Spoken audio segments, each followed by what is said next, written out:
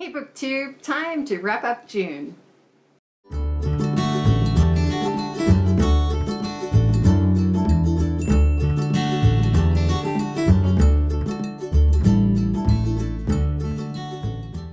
I'm Jen and I talk about audiobooks. And today I thought I would tell you about all the non-romance books that I read in June, which wasn't very many, but what I did read was really good. So I'll start off with The Rose and the Dagger. This is by Renee Ahdieh, and it is book 2 in a duology, which includes The Wrath and the Dawn and The Rose and the Dagger. On audio, it is narrated by Ariana Delaware, and this narrator and I really did not mesh. For some reason, I don't know why. I mean, I have a couple of ideas. She has a very, very high-pitched, kind of little girlish voice, and her narration tends to be pretty flat and unemotional and doesn't really distinguish one character to the next, and so that was a problem for me. And I realized that in The Wrath and the Dawn. So for The Rose and the Dagger, I went straight to the ebook, and I loved it. This is just a loose retelling of the Arabian Nights, which is all about Scheherazade, and she is a bride that is taken by the king, and this king always takes a bride every night, and then the next day he kills her. So Scheherazade tells him stories all night long and leaves off on kind of a cliffhanger, so he has to keep her alive in order to hear the next part of the story. And so the 1001 Nights, or the Arabian Nights, are all the nights that she is telling him stories. The second book I thought was even better than the first. It has genies and magic, and it is set in a desert like the Sahara Desert, so you have tents and sheiks and heads of families or tribes or groups or whatever they are, kind of scheming against each other and plotting, and there's a curse that has to be broken. And I think the best part of it was that Scheherazade was on a level with the king. He didn't look down on her. He completely respected her for her strengths. Same for her with him. She didn't save him, he didn't save her. They were both very much united against the bad guys and on equal footing. I thought that was so good. Renee Ahdieh was really smart to put these two characters on an equal footing and to show that it isn't just one or the other of them that it took to defeat the bad guy, but both.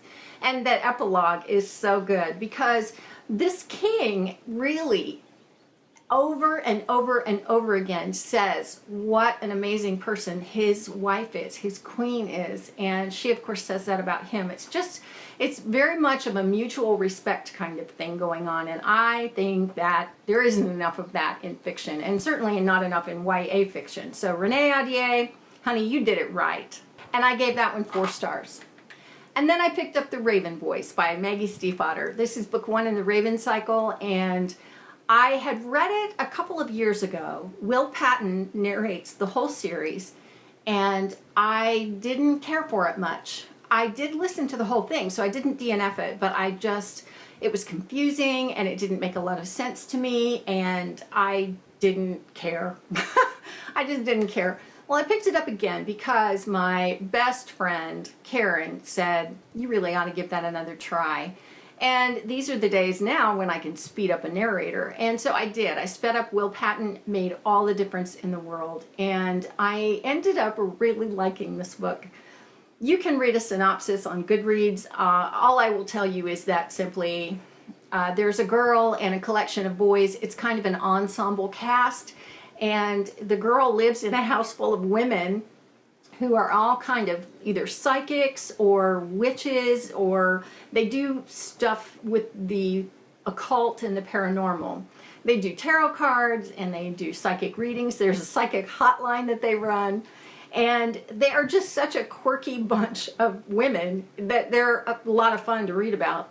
And then you have these guys that are all students at a boys' academy, and their mascot is a raven. That's why they're called the Raven Boys. It's a complicated plot, so like I say, read the synopsis on Goodreads to get the whole picture, but I really liked it. I'm so surprised that I really liked it, and I gave it 4 stars. And so I immediately followed it up with The Dream Thieves. The Dream Thieves focuses on Cronin. The 4 major guys in this ensemble cast are Gansey and Ronan and Adam and Noah. And then we've got Blue, who is the girl that lives in the house full of crazy women.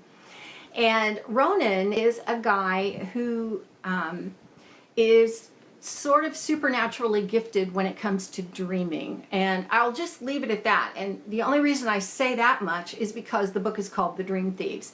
And that has a lot to do with what happens in this book. So it's the same characters and it's a continuation of the larger story arc, but it focuses in on things having to do with dreams.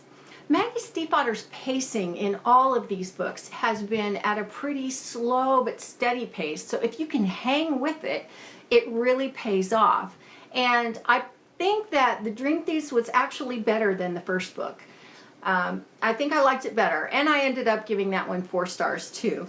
Then I picked up the last book in the Passage trilogy by Justin Cronin. It's The City of Mirrors, and it is narrated by Scott Brick. And wow, what a book. Wow, what a book. This trilogy is The Passage, The 12, and then The City of Mirrors. And I read The Passage several years ago on a long trip. I stopped at a place called Cracker Barrel, which we have here in the U.S., and it's like a restaurant with a country store, and they offer books on CD that you can check out because they're kind of known for being along the beaten path when you take a long trip driving. So I checked out The Passage because I saw that Edward Herman narrated it. Well, it turned out to be the abridged version. So the next time I went on a trip, I went to the library and I checked out the unabridged version, which was narrated by Scott Brick. And I listened to all of that on a long trip. Wow. What an amazing post-apocalyptic sci-fi adult story. It was amazing. The Passage is kind of divided up into 2 parts. You have the part where all of the stuff happens, and then you have the part after it happens, like 100 years later. The second book is called The 12. Now, I did not like The 12 at all because I thought it was full of gratuitous violence, and it's a story of humanity on its way to being good again after this horrible thing has happened. And in The 12, a lot of bad stuff has to get resolved, and a lot of bad characters have to be done away with. And in the process, a lot of humans are really bad people, and they're in control, and they do bad things just for the sake of, just being evil. And I thought, I can't do that again. I was not going to read The City of Mirrors because I thought, I just can't take all that again. I don't want those images in my brain. And my best friend Karen said, listen, it's really good. I think if you can get past this one scene that's really gory, I think you'll be okay. And she was so right. She was so right, because these are characters that I fell in love with in The Passage, and it was their conclusion. And of course, it's a long story. It's about 30 plus hours of listening time. It doesn't go quickly, but boy, it is just so good. It's all about getting away from this horrible thing that has happened and who survives and how they survive. Some of the stories are heartbreaking and heart-wrenching. Others of them are sweet. Others of them are